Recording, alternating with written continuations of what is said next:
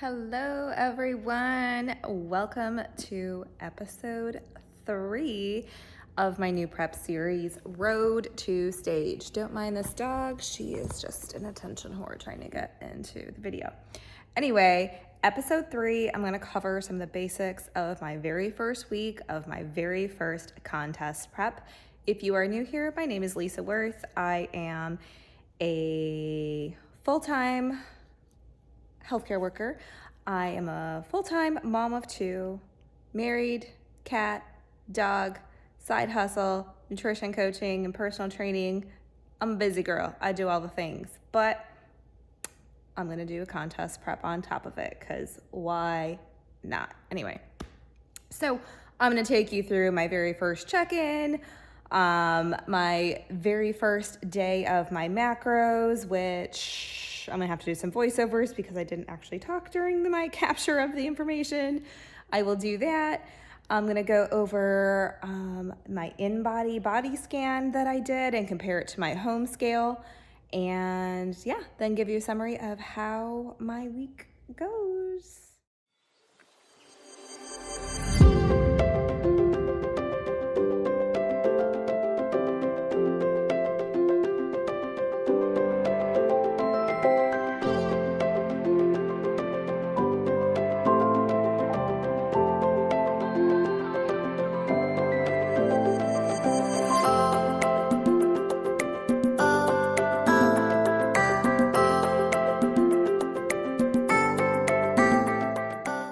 Okay, so right out of the gate, I did not record my breakfast. It included egg whites, Rotel, some cheese, and an apple. I also recorded my supplements in there because there is grams of fat in my omega-3s. So that was it for that. Lunch was a combination of chicken breast, tomatoes, onions, sweet potato, and a sugar-free sauce. Here is the remainder of I would call it my pre-dinner. It's 4:15 p.m. I'm in the car. I had to run errands and drop a kid off. I was hungry, so I already ate half of it. I'm not eating that other half till tomorrow. But it was a chicken bacon wrap from Lean Kitchen, one of my favorite places to get macro-friendly foods and meals. So I had to pick up my meals for the week. There it is. And yeah, I planned to eat one on the way home because I knew I'd be stuck in the car. So thank you, LK, because I don't need to stop anywhere and I don't need to cook that. Dinner was super easy, super yummy. Sauteed flank steak, broccolini, and green peppers, topped with an everything bagel seasoning. Evening snack was a low-sugar Siggy's yogurt with some raspberries. And also, as you'll see in the screenshot, not pictured, was a super coffee as well as a flavored water. Hello, I am on day 2. Just felt that I would share this because I'm a busy parent, and this is real parent life. Where am I? You're probably here. I'm at a swim meet for my son. He, I don't know, it's like 5:30, and they needed timers, so I rushed over here, and by the time I got here, so I got caught by a train. They didn't need timers, but like I'm gonna stay anyway and watch him, but he's not swimming for a little while, so I know that we're not gonna be home till like 8 o'clock at night, and I was only at 7,500 steps or something. So rather than sit on my ass for the next 2.5 hours, is that the right math? Yeah, 2.5 hours, I'm going up and down the stairs, in the stairwell, and I can still see the pool, and I can still see the scoreboard, and I can still see my son, and when his race comes up, I will stop, and I will watch, and I've got my water, and I'm gonna get my steps, and I'm gonna get my water. I'm gonna make my plan for tomorrow, because when we get home at 8 o'clock, I'm gonna have a little bit of yogurt, and I'm gonna brush my teeth, set up my clothes for tomorrow, and I'm gonna go to bed.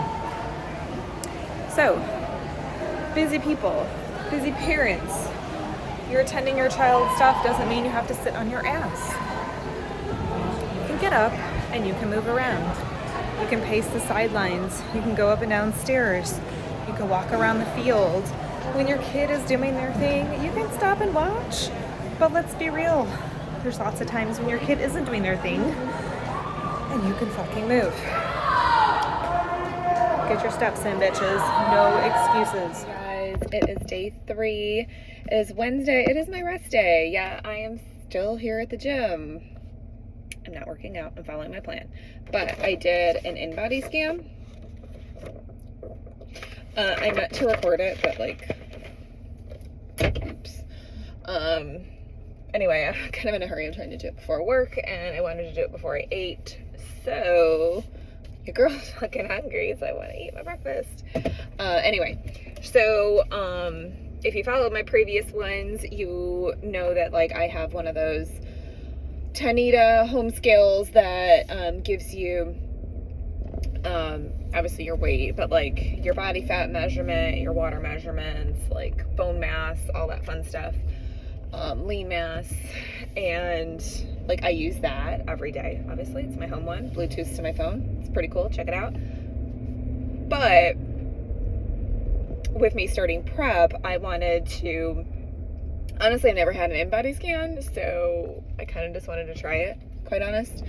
But I'm going to try and do these once a month during the prep, and I want to just get another set of numbers. First of all, I was just curious to see how my home scale compared to this one, and I don't know, just get a baseline. So because this breaks it down a lot differently, I'm gonna go through it in a separate video because I'm driving and I'm doing this right now.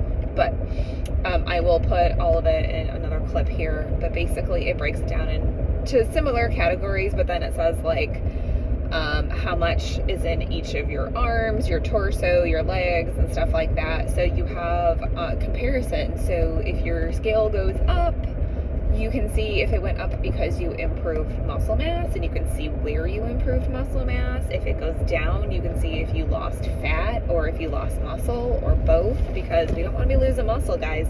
We work too hard to build that. So, I don't know. How accurate is it? I mean, the most accurate, readily available thing to us as consumers is probably a DEXA scan. So it's certainly not in DEXA scan level, but it is what it is. Take it all with a grain of salt. There are definitely some differences between this report and my home one, which I'm a little bit surprised about, actually. So, yeah, I will fill you guys in on all of the results here shortly. Hey guys. So I decided that I wanted to do a monthly InBody scan while I'm doing prep, just to track my progress. And honestly, I was just kind of curious how the scan would come out. I have a home body comp scale by Tanita that I've been using for several years, and I was curious how the measurements that I was getting through that home body comp scale compared to the InBody measurements. So I'm going to run through that with you. I'm going to put the data on the screen here so you can sort of see the comparisons, but I'm going to kind of talk through them a little bit too. So I did this on the 4th, which was my 3rd day into prep. So I weighed in the morning and used my home scale, and about an hour, 30 minutes later, after I dropped my son off at his swim practice, I stopped into the gym and had the InBody scan done. So I tried to do it as close as possible, but I did have some sips of water between the two of them. So there will be a little bit of variance there. Otherwise, I didn't have any food in my stomach for either one. Had already gone to the bathroom, just to try and keep all else equal. So I wanted to take those variables out. So first thing on my home scale, when I woke up, my weight was 135.5, and on the InBody scale, I was weighing in at 136.7. I also had my clothes on for that InBody scale as well. So obviously I'm not going to get naked in the middle of the gym. Could be interesting. So I did have some sips of water and I did have some clothes on. So that could be a small variance and just a basic calibration. But it was within about a pound. So pretty close. As for BMI, my home scale measured my BMI at 20.6. And my BMI on my InBody showed as 20.8. So it was within 0.2 of each other. So those were pretty consistent. Body fat was hugely variant though. Body fat on my home scale was showing as 18.1%, and my body fat on the InBody scale was coming up as 12.2%, which if you've ever seen someone at 12% body fat and seen someone at 18% body fat, that is a very big difference in their body composition. So I'll get into that in a minute. In terms of body water, my home scale measured my body water at 55.2%, but turns out the InBody didn't have anything about body water, which I thought was odd. Muscle mass for my home one was 105.4, and there were some differences in how these were measured. So on the InBody, it's called skeletal muscle mass. It was listed at 67. So there is a difference in how that is actually measured between the two of them. So I wouldn't say that they are off. I would just say that it's a difference in how they are measuring and approaching that. So I just had to keep that in mind, that the InBody was specific to skeletal muscle mass, whereas muscle mass on my body comp one at home was more basically like lean tissue, non-fat, basically. So didn't have that. My home scale had muscle quality. InBody did not have anything about muscle quality. The home scale listed my BMR, which is my basic metabolic rate, and that is the minimum number of calories you need to literally stay alive at a resting state with no activity. Literally as if you were like in a coma. So it listed my BMR as 1459 on the home scale. And on the InBody, it listed my BMR at 1546. So it was about like 90 calories off on the BMR, the InBody being on the higher end. And let's see here. My home one had visceral fat. The InBody didn't have anything about visceral fat. It did give me a segmental lean analysis of like left arm versus right arm, left leg versus right leg, and my trunk. And it said how much weight was being held in those different areas, but it doesn't say like visceral fat. So that was missing from the InBody. Bone mass was not listed on the InBody. Metabolic age was on my home one, and that was also not listed in the InBody. Oh, I do see body water in pounds on the InBody, so I take this back. So body water on my home scale is listed as a percentage, which is 55.2%. And in the InBody, it gave it in terms of pounds, and it said 88.2. So let me do the math on that. I'm using my other phone. So if I was 135.5, oh my God, 135.5 times 55.2%, it would have allocated about 75 pounds to body water. And on the InBody, it listed 88.2 pounds for body water. That's a pretty big difference. That's like 13-pound difference of body water. So that's interesting. My body fat mass was listed in pounds on the InBody, which it was not listed in my home one, and that was listed at 16.8 pounds of body fat. So there are definitely some differences. I know I talked through those pretty quick. Some things you can compare like apples to apples, some things I couldn't. So when you're looking at different measurement methods, you have to keep that in mind. Are you comparing apples to apples, or do you have to do a conversion like I just did with the body water, or is it literally targeting something else? Like, you have to understand what the metrics are. I would say like body weight was probably pretty close. By the time I had some water in me and clothes on, that probably came out about even. BMI also pretty close, 0.2. That was pretty spot on. Body water, I feel like, was way off. Body fat, I think, was the one that really, really shocked me, being off by 6% variance. So I'm going to get into this because InBody has been advertised as a very common measurement that's used. I've even had looked into recommending it for some of the gyms that I go to get an InBody scanner there for people. But after doing this, I don't know that I want to recommend that, quite honestly. And it's nothing against InBody. This does give you some nice information, but specific to body fat percentage, I do not think it was accurate. And I do not know why it was not as accurate. But I can tell you, I am not 12.2% body fat.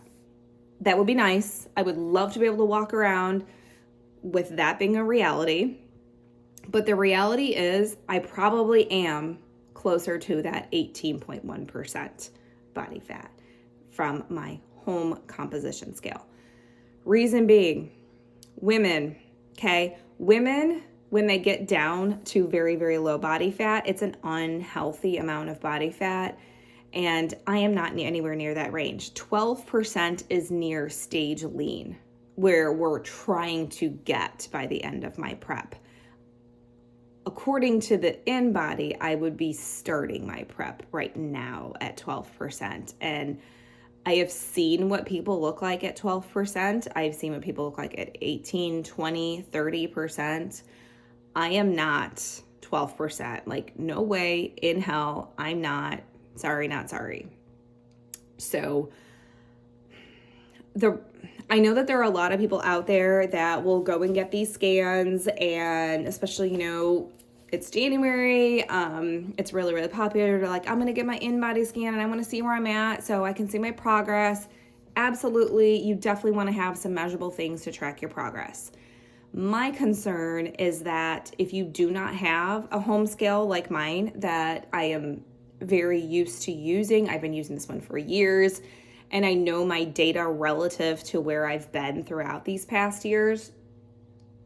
If I just had this InBody done and didn't have this other scale, I could literally be walking around telling everyone I'm 12% body fat and look at me, blah, blah, blah. And it's fucking wrong. Like, just wrong.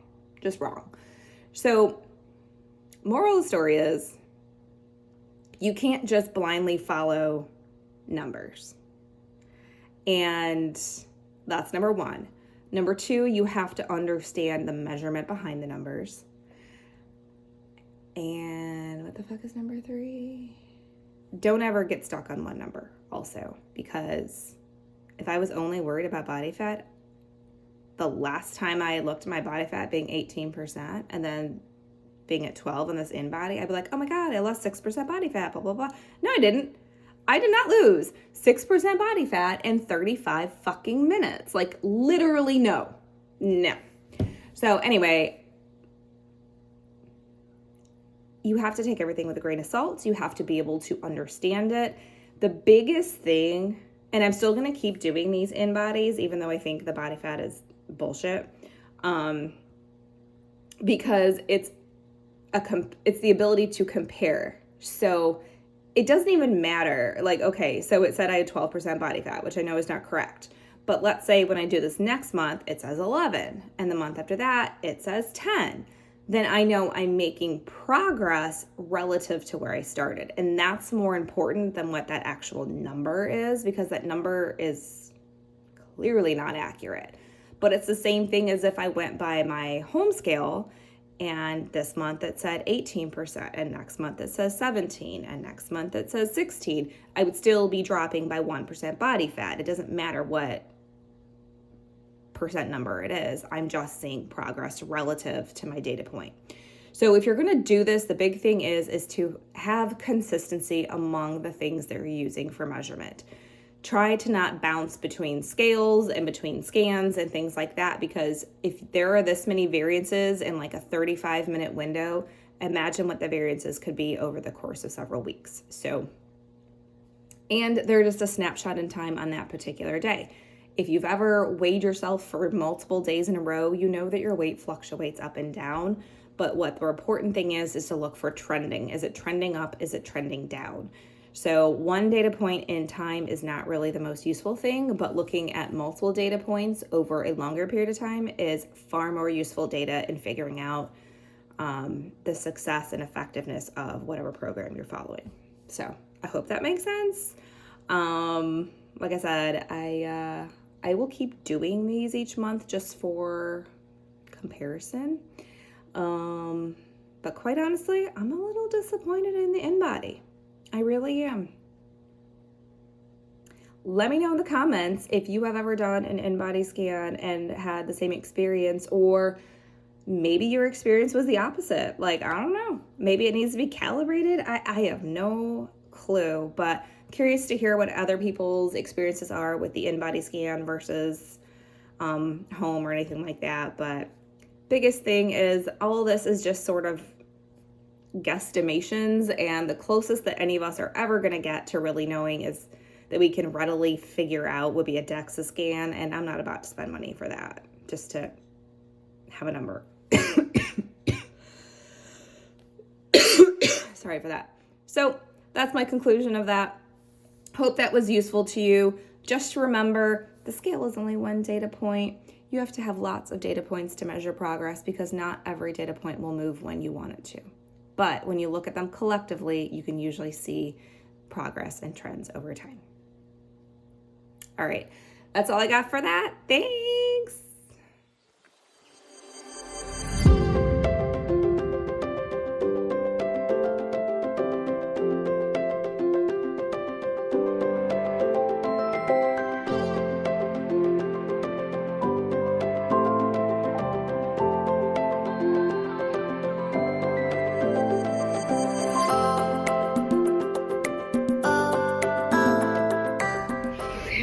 So what you guys just saw, this is me on a Saturday running around.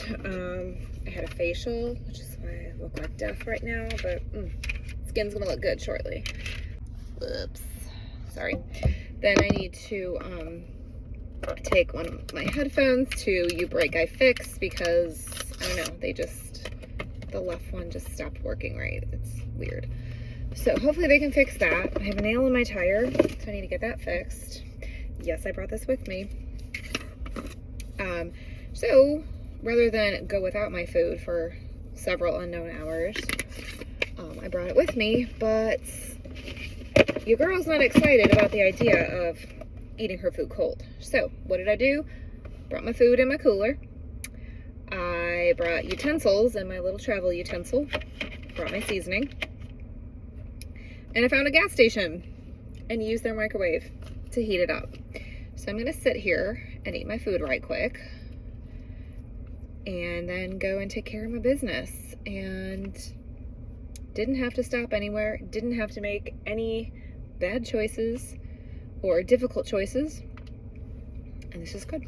And I don't have to drive home in between. I waste time. Not every gas station has a microwave. I did have to stop in the one that was right next door to my facial place.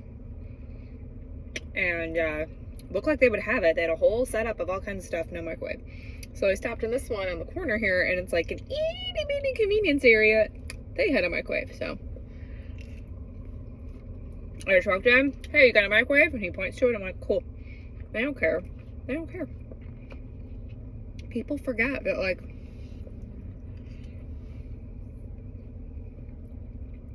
they got some microwaves on the road. Like, you don't need to be at the gym or at home or at work to have a microwave. So,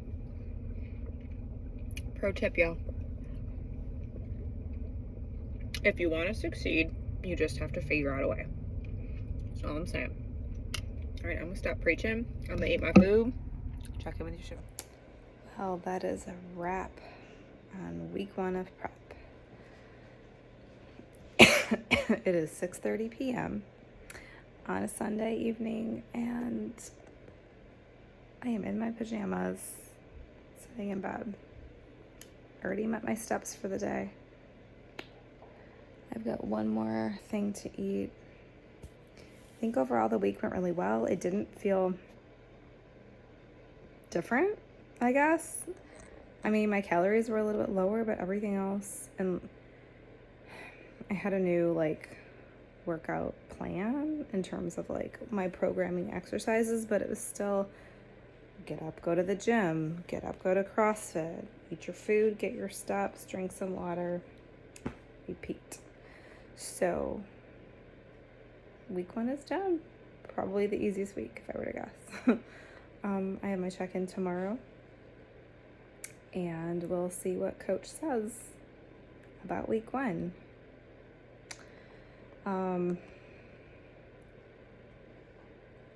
Yeah, all the goals for the week were hit. All the macros were hit. Nothing outside of my plus or minus 5 grams. No bites, licks, or tastes that were not logged. None of that.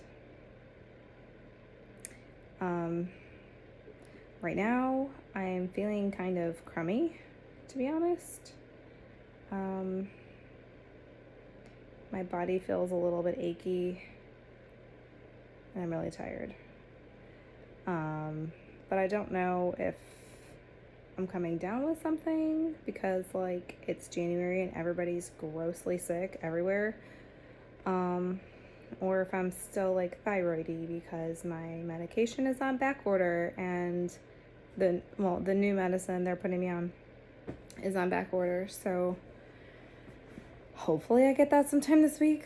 They think, hard to tell because I'm cold and my body's achy, and I have that when I'm sick and I have it when I'm thyroidy. So I don't know, but I'm trying to listen to this feeling and just sit down and be still and rest. So hopefully I don't feel like this tomorrow. That's the plan. But other than that, uneventful week, which I think is a good thing for it to be uneventful. So far so good. Week 1, check. We'll see what coach says tomorrow.